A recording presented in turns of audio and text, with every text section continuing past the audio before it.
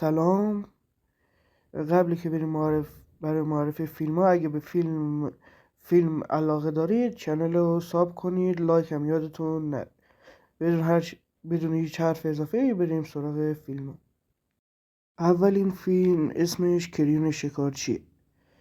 خب بریم یه دونه سکانس ازش ببینیم.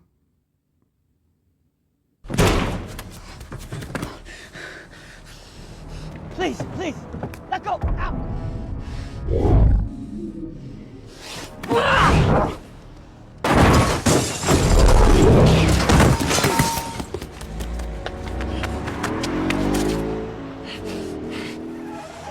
خب دومین فیلم پادشاه میمون‌های که از این هم یه سکانس ببینیم. کلا همش سکانس.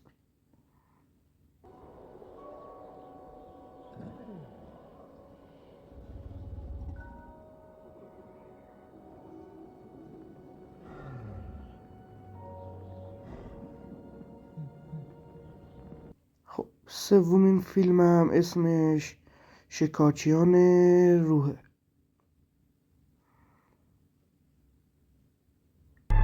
What is that? I don't know.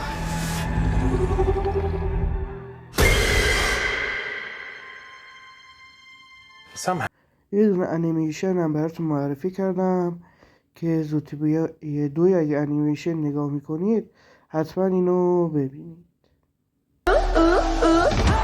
Here we go, let's go!